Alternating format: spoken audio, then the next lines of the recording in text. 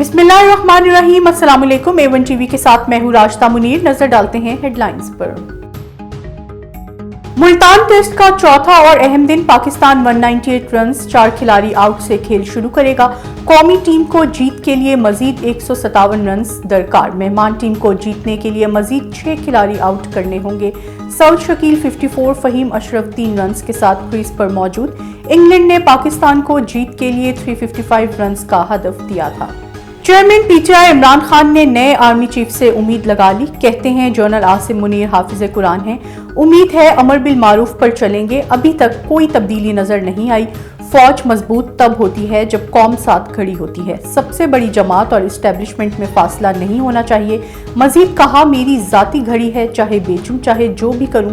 Media को घड़ी की पड़ी है, महंगाई पर कोई बात नहीं कर रहा।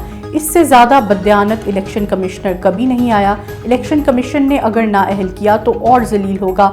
आजम सवाती से जुल्म हो रहा है। इमरान नियाजी का नए सेटअप से उम्मीदें लगाने का बयान शर्मनाक है।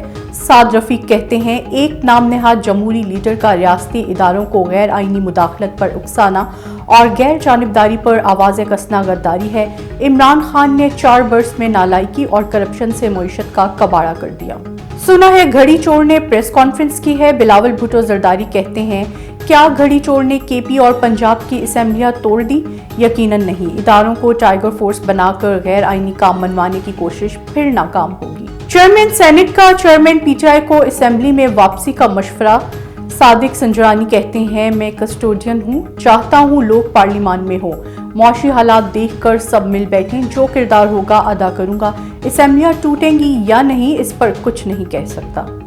अफगान फोर्सेस की चमन में आबादी पर अंधाधुंध फायरिंग, 6 शहरी शहीद 17 जख्मी। ISPR के मुताबिक अफगान फोर्सेस ने तोपखाने समेत भारी हथियारों से आबादी को निशाना बनाया। पाकिस्तानी फोर्स ने मौसर जवाब दिया। अफगान आबादी को निशाना नहीं बनाया। पाकिस्तान का अफगान हुकाम से जिम्मेदारों के खिलाफ कार्रवाई का मुतालबा। A1 टीवी से फिल वक्त इतना ही। मजीद बाखबर रहने के लिए देखते रहिए A1 टीवी। A1 टीवी, सब पे नजर, अंदर की खबर।